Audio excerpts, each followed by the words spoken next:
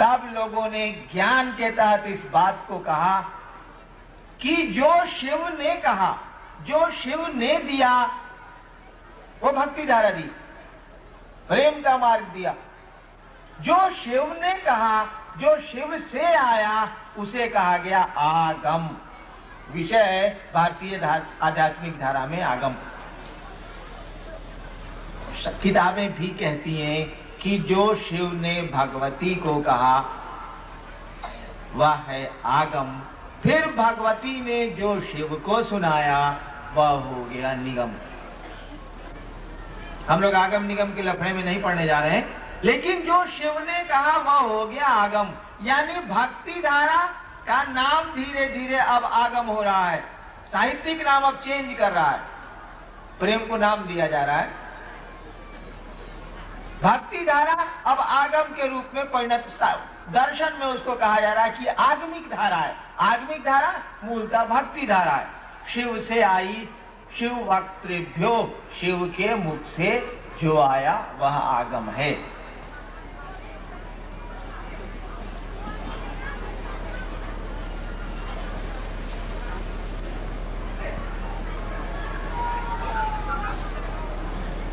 जो शिव की पूजा की परंपरा धीरे धीरे इधर आई, वैदिक काल में आई, तो ऋग्वेद के बाद यजुर्वेद, अथर्ववेद, सामवेद में तो गीत है, कुछ है नहीं। यजुर्वेद और अथर्ववेद के पीरियड में शिव से जुड़ी हुई शक्ति धीरे धीरे स्वतंत्र रूप में निखरने लगी है।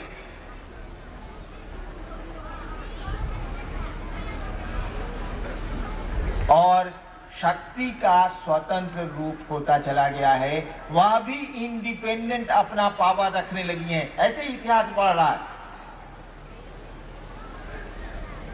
ऋग्वेद में एक देवी का नाम आया है, यजुर्वेद में उसी देवी को कहा गया है, और शिव से जुड़ी एक देवी का नाम आया। यजुर्वेद में फिर एक देवी का नाम आता है, कहा जाता है कि ये शिव की भगिनी है, बहन है। फिर बाद में उनको उनकी पत्नी मान लिया गया है। लेकिन ये शक्ति का जो स्वरूप है स्वतंत्र रूप से निखर रहा है। शिव से इनको जुड़ा हुआ माना गया है, लेकिन धीरे धीरे जैसे जैसे समय बीत रहा है, प्राचीन भारत से हम लोग अर्वाचीन भारत की ओर चले आ रहे हैं, इधर चले आ रहे हैं, तो देखते हैं कि शक्ति का स्वरूप स्वतंत्र रूप से निखरता चला जा रहा है। उनकी स्वतंत्र पूजा की परंपरा शुरू हो गई है।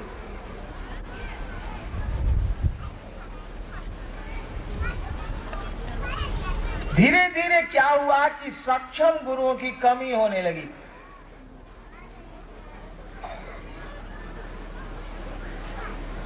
तो भक्ति धारा जो चली थी सिंधु घाटी सभ्यता से, जिसको आगमिक धारा के रूप में जाना जाने लगा, वेदों के कर्म कांड से प्यार में कर्म कांड आ गया, औपचारिकताएं प्रवेश कर गई। यानी आगमिक धारा भी सिस्टम में आने लगी। प्यार तो सिस्टम जानता नहीं, प्यार प्यार है। स्वतः शिव के प्रति लोगों के प्यार की स्थिति कम होने लगी, तो प्यार पैदा करने का तरीका ढूंढा जाने लगा। प्यार पैदा करने का बहुत सुंदर तरीका इस देश में भी एक है। एक हमारे गुरु भाई ने कहा कि प्यार तो पैदा हो जाता है, किया नहीं जाता। बात बिल्कुल सही है। हमारे देश में प्यार पैदा करने का एक बड़ा ही सुंदर तरीका है, बड़ा ही सुंदर प्रचलन है। हमारे यहाँ की शादियां, लड़का लड़की को नहीं जानता है, लड़की वाले लोग लड़के वाले लोगों को बिल्कुल नहीं जानते हैं। वार्ता चलती है, कथा वार्ता होती है। मिथिला में कहा जाता है कथा। मैं जब मधेपुरा में था तो मैंने इस शब्द को जाना। कथा छै इसका मन है कि ब्याह शादी का गौप है नहीं।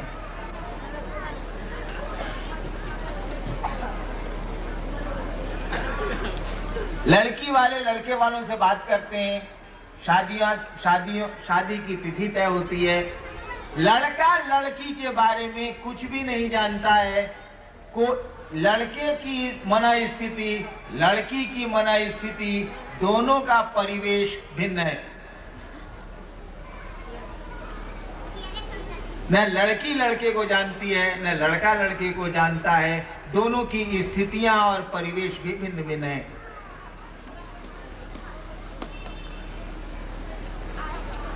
माँ बाप दोनों को शादी के माध्यम से जोड़ देते हैं।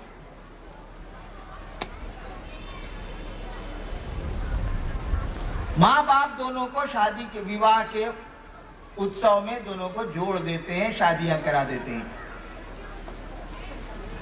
और शादियां इसी उद्देश्य से कराई जाती हैं कि दोनों में प्यार पनप जाएगा और जीवन की गाड़ी चलेगी। और चलती है। ढेर सारे भाई यहां बैठे हैं, उनको यह चिंता सता रही होगी कि हमारे मेहरारू कैसन बिया, देखो हम 4 घंटा से जब बैठल बनी। या हमारी माँ बहनें सोचती होंगी कि पति ऑफिस गए हैं, अब लौट के आएंगे, खाना खाना है, अब चलना चाहिए, दोपहर का समय बीत रहा है। देखिए प्यार पनप गया, चिंता आपको सताने लगी, संवेदनाएं बढ़ने लगी, आप संवेदनशील होने लगे। शादी के माध्यम से प्यार पैदा कर दिया गया है और प्यार हो गया है। एक दिन तो लड़का लड़की को नहीं जानता था, लड़की लड़के को नहीं जानती थी, दोनों बिल्कुल एक दूसरे से अनजाने थे।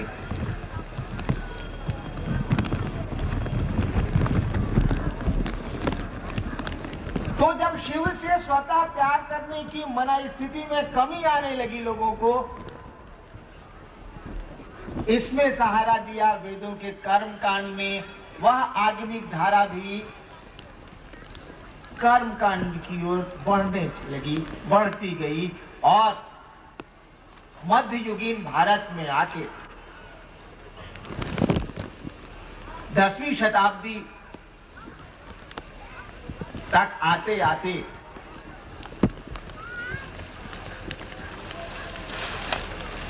आगमिक धारा जो बाद में तंत्र के नाम से जानी गई, उसको भी मजबूर होना पड़ा वेदों का वर्चस्व स्वीकार करने को। कोई उपाय नहीं बच गया।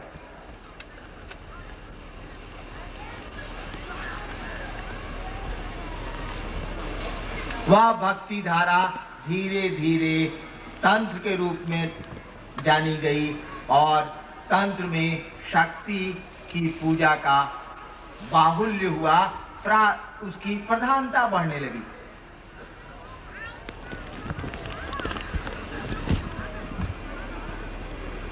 अब शक्ति को जगा के शिव से जुड़ने की प्रक्रिया प्रारंभ हो रही है और शक्ति को जगा के शिव से जुड़ने की इस प्रक्रिया का नाम तंत्र हो गया। यह आगमिक धारा ही है। आगम बाद में चल के जाना जाने लगा तंत्र के रूप में। तीनों सभी चीजें एक ही हैं, भक्ति धारा, आगम और तंत्र एक ही जमीन पर पनपे हुए फूल हैं। ये अलग अलग चीजें नहीं है। ये तंत्र प्रोडक्ट है भक्ति धारा का, आगम प्रोडक्ट है भक्ति धारा का, यानी मूल में भक्ति धारा ही है। और इसका बहुत सुंदर प्रमाण, छोड़िए इतिहास को, क्या बोलता है इतिहास, इसका बहुत सुंदर प्रमाण आपको मिलेगा। आप भारतवर्ष के तांत्रिकों की जीवन गाथा को पढ़ लें। आप इस देश में जो तांत्रिक के नाम से जाने गए हैं लोग, उनका जीवन इतिहास पढ़ लीजिए, साफ लगेगा कि ये भक्ति धारा है। भारतवर्ष के तांत्रिकों का नाम लीजिए तो जरा, जिनको हम आप जानते हैं, उन्हीं को ना बड़ा मानेंगे हम लोग। इधर से चलिए, वर्तमान काल से हम लोग पीछे थोड़ा सा घुस के देखें एक दो उदाहरण। रामकृष्ण परमहंस, विवेकानंद जी के गुरु,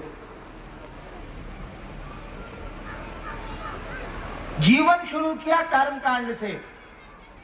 शुरुआत है, प्याज पनपाने की कोशिश हो रही,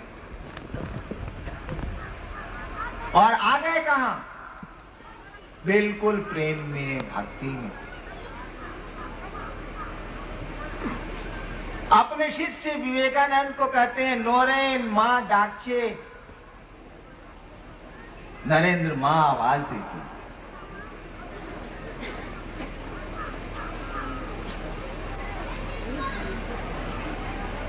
तांत्रिक की परिभाषा पहले मैं स्पष्ट कर दूं, शायद आप, तांत्रिक कहते किसको है?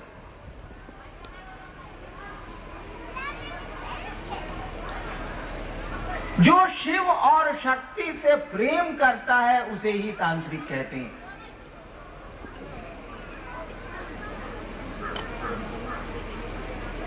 यह व्याख्या मैं बिल्कुल प्रमाणित दे रहा हूं, भारतवर्ष का कोई ग्रंथ इसको नहीं काटेगा।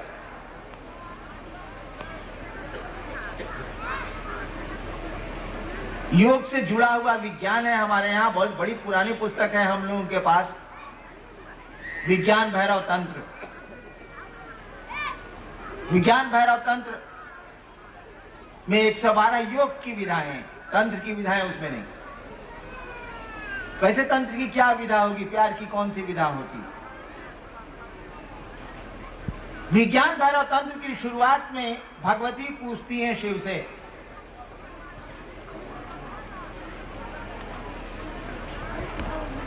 कि तंत्र क्या है? हे शिव तंत्र क्या है? ओ लॉर्ड व्हाट इज तंत्र? हे शिव तंत्र क्या है? शिव कहते हैं कि हे पार्वती, तंत्र कुछ भी नहीं है, बस प्यार और समर्पण है। ओ देवी, लव, तंत्र is nothing but love and surrender. तांत्रिक उसे कहते हैं जो शिव और उनकी शक्ति से, उनकी इच्छा से, शक्तियां शिव की इच्छा है, तांत्रिक उसे कहते हैं जो शिव और शक्ति से प्यार करता है, प्रेम करता है। और आप जानते हैं प्रेम लेता नहीं है, प्रेम देता है। प्रेम में लेने का सिस्टम नहीं है भैया, देने का सिस्टम। किसी को प्रेम करके देखिए, आप उससे कुछ भी लेना नहीं चाहेंगे, देना चाहेंगे। मेरे सुख अब तेरे, तेरे दुख अब मेरे। दुख लेना चाहेंगे, दुख उसको देंगे नहीं, उसको परेशानियां देंगे नहीं। जो तुम आ जाते एक बार, कितनी खुशियां, कितने संदेश पथ में बिछ जाते, वन पराग गाता प्राणों का तार तार। देखिए प्रेम की स्थिति। तो जो शिव और शक्ति से प्रेम करते हैं, भारतवर्ष उन्हें तांत्रिक मानता रहा है, यही तांत्रिक की परिभाषा है। और इस परिभाषा के तहत हम जानते हैं कि रामकृष्ण परमहंस भगवती के, काली के बहुत बड़े भक्त थे। और देखिए उस तांत्रिक की मना स्थिति, नोरेन मां डाकचे।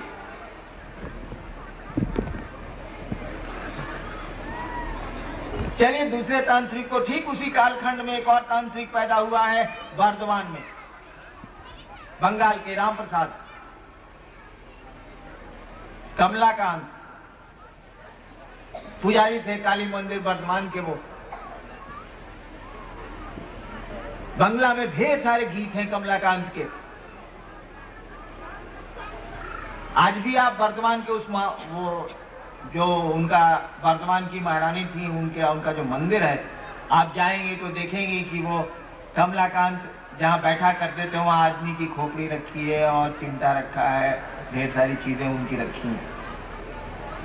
कमलाकांत ने शुरू किया साधना से, श्मशान की साधना से, मानव खोपड़ियों से साधना की होगी उन्होंने, अभी भी रखा है, मैंने देखा।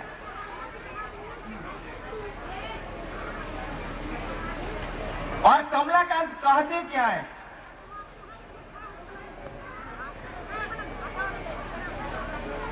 सकलई तुम्हार इच्छा, सब कुछ तुम्हारी इच्छा है, সকলই তোমার ইচ্ছা, ইচ্ছাময়ী তারা তুমি, তোমার কাজ তুমি করো মা, লোকে বলে করি আমি।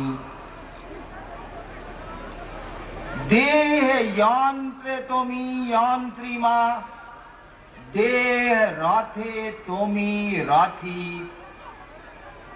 যে মন চলাও তেমন চলিমা, जे मन कराऊ ते मन करी। देखिए समर्पण, देखिए प्यार। देह यंत्र तुम यंत्री मां, मशीन रूपी मशीन, ये देह रूपी मशीन की तुम मशीन बनो। देह यंत्र तुम यंत्री मां, देह रथे तुम रथी, जे मन चलाओ ते मन चली मां, जैसे मन करे वैसे ले चलो। जे मन चलाओ ते मन चली मां, जे मन कराओ ते मन करी, जैसे कराना वैसे करा लो।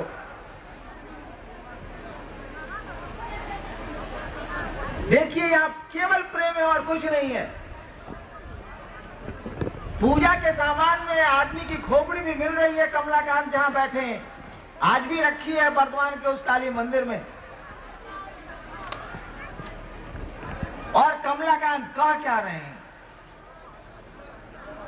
कह रहे कि लोके बोले करी आमी, लोग बोलते हैं कि मैं करता हूं, तुम्हार काज तुम ही करो मां। हे मां, सारे काम तो तुम्हारे हैं, तुम करो। अरे लोग तो ऐसे ही बोलते हैं कि मैं करता हूं, मैं कहां करता हूं। देखिए प्यार और समर्पण।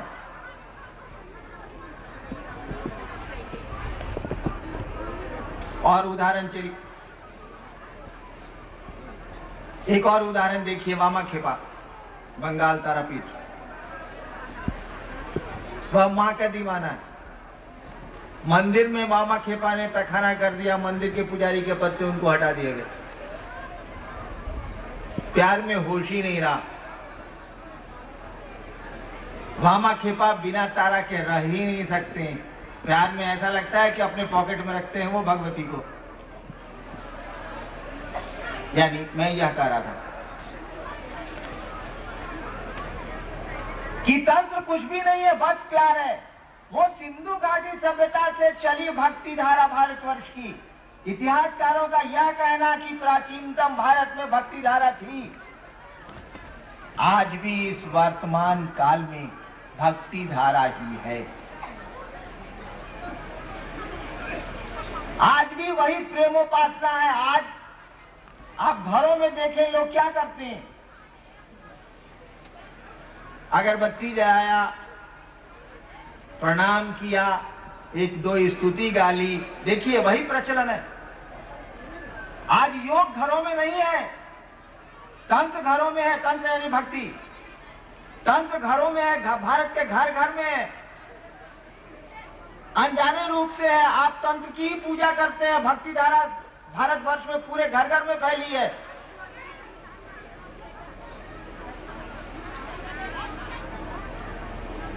तंत्र और योग में कोई डिफरेंस नहीं, लेकिन शुरुआत में दोनों की विधा अलग अलग है।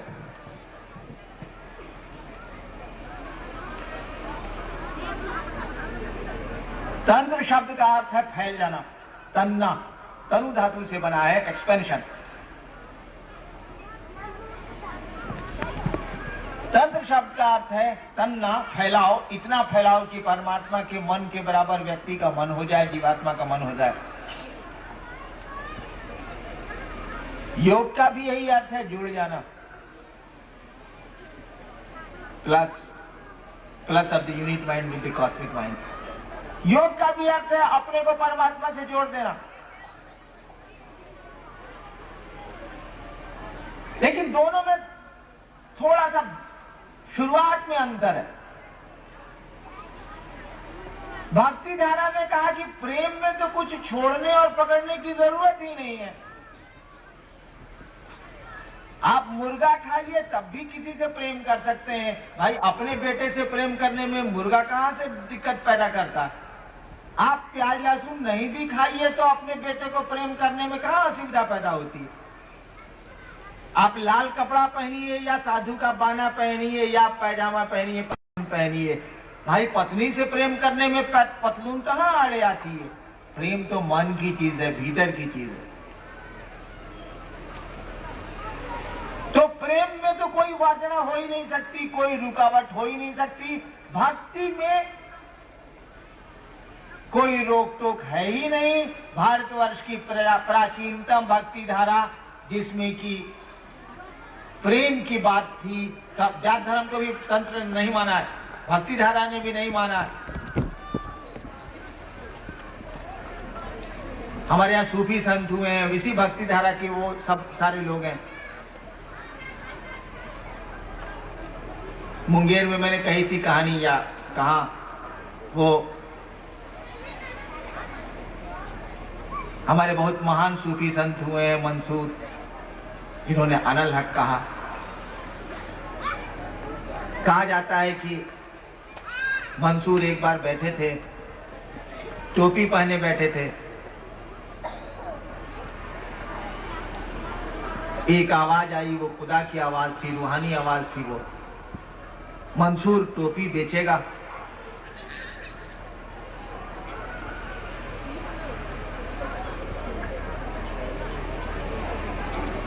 मैंने जो सुन रखा है वही मैं कह रहा हूं। खुदा ने कहा मंसूर टोपी बेचेगा। मंसूर ने कब कहा तेरे पास है क्या जो तू खरीदेगा? फिर आवाज आई मंसूर टोपी बेचेगा। और मंसूर ने फिर कहा तेरे पास है क्या जो तू खरीदेगा? आवाज आई पूरी कायनात मेरी, पूरी सृष्टि मेरी, सब कुछ मेरा, और तू कहता है कि मेरे पास है क्या जो मैं खरीदूं? बोल, बेचेगा अपनी टोपी? मंसूर ने कहा ठीक बेचूंगा, एक मेरा काम कर दे, मैं बेच दूंगा टोपी अपनी। खुदा ने कहा बोलो। मंसूर ने कहा मुझको जन्नत दे दे, लेकिन एक शर्त है, और किसी को मत देना। खुदा ने कहा ये कैसे संभव है? मंसूर ने कहा ठीक, जन्नत न देता है मत दे, मुझको जहन्नुम दे दे, लेकिन एक शर्त है, और किसी को फिर मत देना। खुदा ने कहा ये भी कैसे संभव है मंसूर? मंसूर ने कहा मैंने कहा ना कि तेरे पास है क्या जो तू खरीदेगा, मुझको टोपी नहीं बेचनी, तू जा। देखिए प्यार, ये संवाद क्या बोल रहे हैं? एक दीवाना है खुदा का, प्रेमी है भगवान का, ये संवाद तो इसी के द्योतक है ना। तो प्यार में तो क्यों कोई वासना होती नहीं।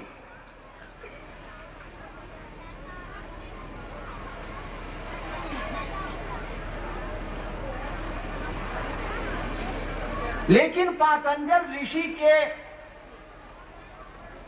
पहले कहा जाता है कि योग की विधा के जन्मदाता हिरण्यगर्भ थे। महर्षि पातंजल ने उस योग को लिपिबद्ध किया, कोडिफाई किया। अष्टांग योग भारतवर्ष में आया, योग की प्रक्रिया हमारे देश में आई, और पातंजल ऋषि ने इसको लिपिबद्ध किया, इसीलिए योग को पातंजलि ऋषि के नाम से जाना जाता है।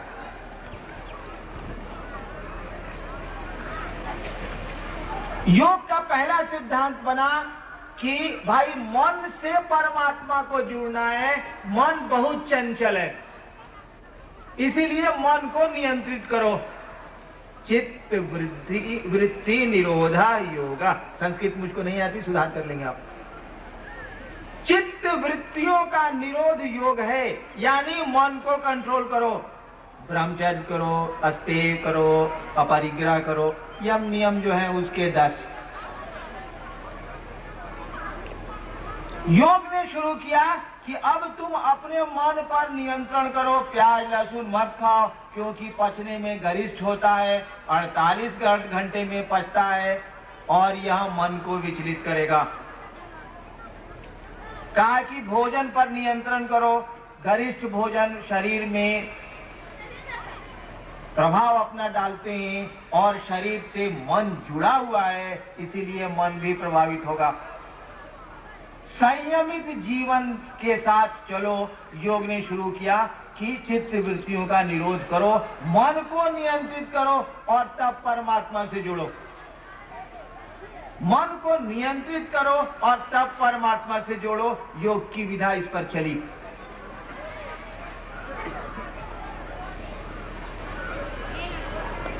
मन को नियंत्रित करके परमात्मा की ओर ले चलने की विधा योग के द्वारा आई।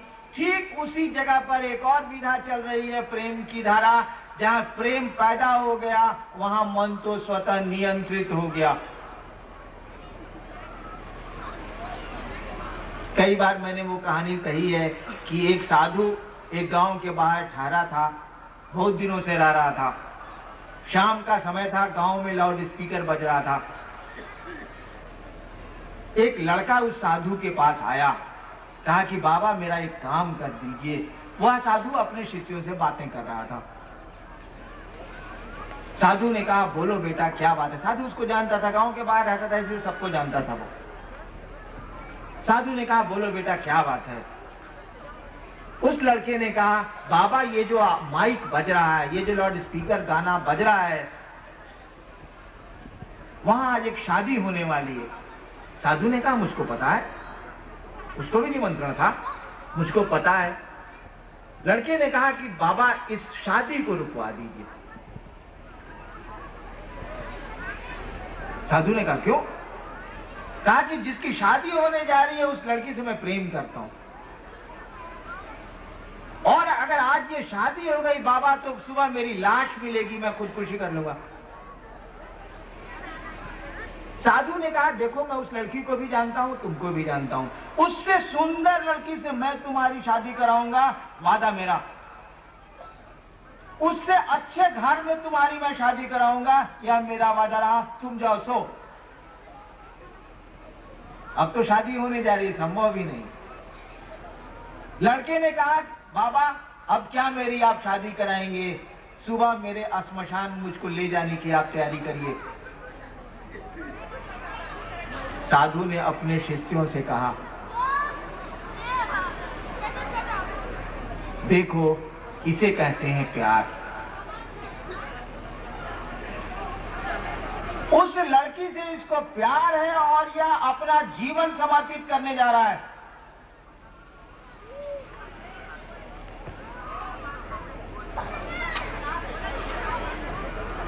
इसको अभी कुछ नहीं सूझ रहा है उसके अलावा। लैला मजनू की स्थिति पैदा हो गई है, मीरा और कृष्ण की स्थिति पैदा हो गई, रामकृष्ण परमहंस और काली की स्थिति पैदा हो गई। आप बताइए कौन सी चित्त वृत्ति का निरोध किया था उस लड़के ने उस लड़की से प्यार करने को? अपनी पत्नी से, अपने बच्चे से प्यार करने के लिए कौन से अपने मन को आपने नियंत्रित किया?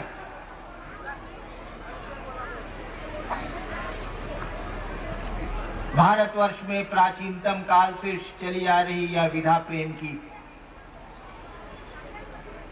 इसने वर्जनाओं को नहीं माना, कहा जो है सो ठीक है, परमात्मा से प्यार करो। कहा गया परमात्मा से प्यार तो आसान नहीं है भैया। वह परमात्मा तो जगत के आकर्षण के चलते ही जीवात्मा बना है, तो जगत का आकर्षण तो स्वाभाविक है। धरती तो बढ़िया लगबे करेगी, इसमें आदमी का दोष थोड़े ही है। परमात्मा से प्यार आसान नहीं है। तंत्र ने कहा बढ़िया गुरु के पास चले जाओ, सिद्ध गुरु की शरण में जाना, तभी इधर आना। क्यों इधर सिद्ध गुरु की शरण के बिना इधर नहीं आना? क्योंकि यह कुछ रोकता ही नहीं है, जीवन के अस्तित्ववाद में चलता है। प्रेम तो जीवन के अस्तित्ववाद से शुरू होता है।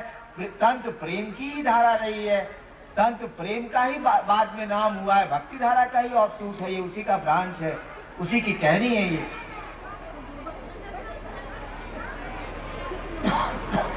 बहुत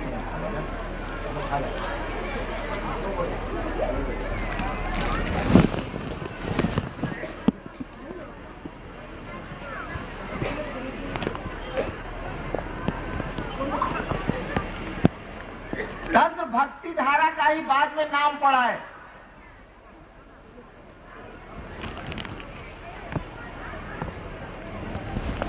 संत ने कहा कि ये तो जीवन के अस्तित्ववाद से शुरू होता है, प्रेम तो जीवन के अस्तित्ववाद से शुरू होता है। प्रेम में जीवन के अस्तित्ववाद से वासनाओं को लाने की आवश्यकता कहाँ है? प्रेम तो पैदा होता है, प्रेम लेके हम पैदा होते हैं। बड़ी सुंदर विधा ये चली हमारे यहाँ। कहा कि प्रेम तो तुम्हारे पास है ही, इसके लिए कुछ सीखने तो जाना नहीं है। किसी माँ ने किसी से नहीं पूछा कि अपने बच्चे को वो कैसे प्यार करेगी।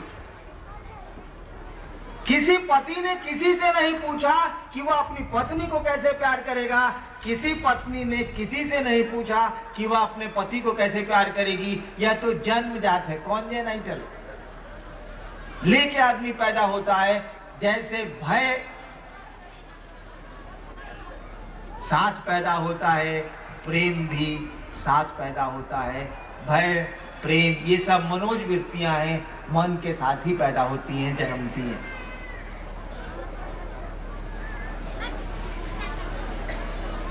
शिव ने कहा कि भाई परमात्मा को पाने के लिए हंगामा क्या, किससे क्या सीखना है? परमात्मा इतना कमजोर है कि अपनी ही सृष्टि को अपने पास आने के लिए, कुछ सीखने के लिए छोड़ देगा। शिव से आई हुई विधा ने कहा कि प्रेम तो तुम्हारे पास है, सीखने कहा जाना है, प्रेम तो तुम करते ही हो। ठीक है, शिव से नहीं करते, परमात्मा से नहीं करते, अपने संसार अपनी दुनिया से तो करते हो। बस उसी प्रेम को मोड़ दो परमात्मा की ओर। प्रेम दो में भाईजान पैदा तो जरूर होता है। प्रेम दो सत्ताओं में ही पनपता है, एक में नहीं होगा ये। लेकिन दो सत्ताओं में रहता नहीं है, रह नहीं सकता है। प्रेम दो सत्ताओं को एक करता है। दो में पैदा होके दो में रहता नहीं है, रह ही नहीं सकता है ये। प्रेम गली अति सांकरी जामे दो न समाए। प्रेम की गली बड़ी पतली है, जिसमें दो नहीं आते, एक आता है, लेकिन पैदा होता है दो में।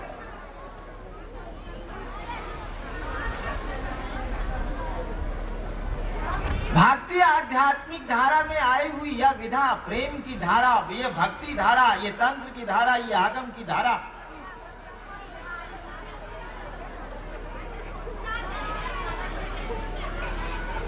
बाद में शाखाओं में बदली है, चीज तो वही है। इसके मूल स्रोत पर आप जाएंगे तो देखेंगे कि जो एक एक मनुष्य को सहजता से उपलब्ध है, जो चीज प्रेम की, प्यार की स्थिति, एक एक मनुष्य को प्यार करने आता है। कहा गया कि आपको तो प्यार करने आता ही है, शिव से प्यार करिए ना। शिव से जैसे प्यार करिएगा, यह प्यार दो सत्ताओं को एक कर देगा। इसके लिए कहा जाना है, सबके पास तो है ही ये हुनर, ये कला तो सबको आती, किसी से कोई नहीं सीखता। और जब भी किसी विशेष पद्धति को आप लागू करेंगे कि इस विशेष पद्धति से परमात्मा मिलेगा, तो हो सकता है कुछ लोग उस विशेष परिस्थिति, विशेष पद्धति के अनुकूल नहीं हो। अगर आप कहें कि मांस मछली छोड़ के ही आओ तभी परमात्मा मिलेगा, तो ढेर सारे लोग हैं अभी भी विश्व में जो मांस मछली अगर छोड़ दें, यानी मांसाहारी भोजन छोड़ दें, तो उनको भोजन मिल ही नहीं सकता है, उपलब्धता भी उनको नहीं है, या स्वभाव नहीं है, तब तो वो परमात्मा को नहीं पाएगा ना। लेकिन वह भी परमात्मा को प्रेम करता, वह भी किसी न किसी को प्रेम करता है। कहा गया कि प्रेम तो सबके पास है। भैया परमात्मा से प्यार करो ना। कठिन जरूर है परमात्मा से प्यार हो जाना आदमी के मन में, सहज नहीं है, ये आसान नहीं है। तो कहा कि बढ़िया गुरु के पास चले जाओ, बढ़िया गुरु तुम्हारे मन में परमात्मा के प्रति प्रेम पैदा कर देंगे। रैदास मीरा के मन में कृष्ण के प्रति प्रेम पैदा कर देगा। प्रेम पैदा हो जाने की जरूरत है, फिर किसी को रुकेगा क्या? हो किसको रोक लिया है आज तक धरती ने? आपस में जो प्रेम करते रहे, मीरा रानी दीवानी कहने लगी।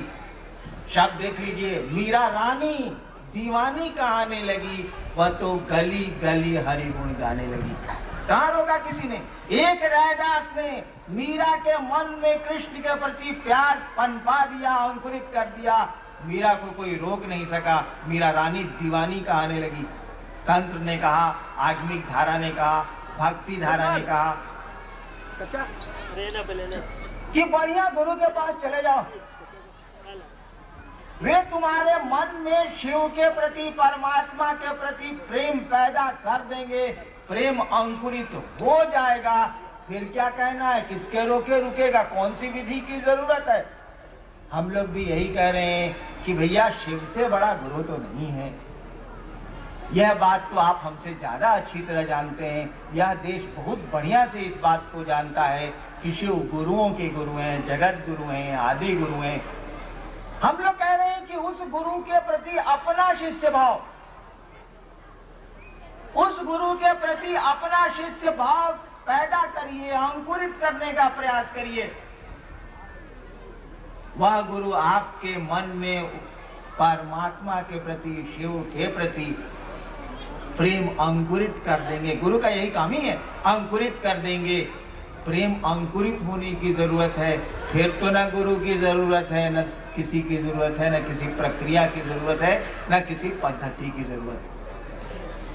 अब शिव गुरु से आपका जुड़ाव कैसे हो, आप शिव को अपना शिष्य भाव कैसे दे पाइए, इसका विषय इसी में जुड़ा हुआ है। सूत्र तय, लोगों ने कहा 3 सूत्र हम लोग कहते हैं कि आप कोशिश करिए कि इसको करिए।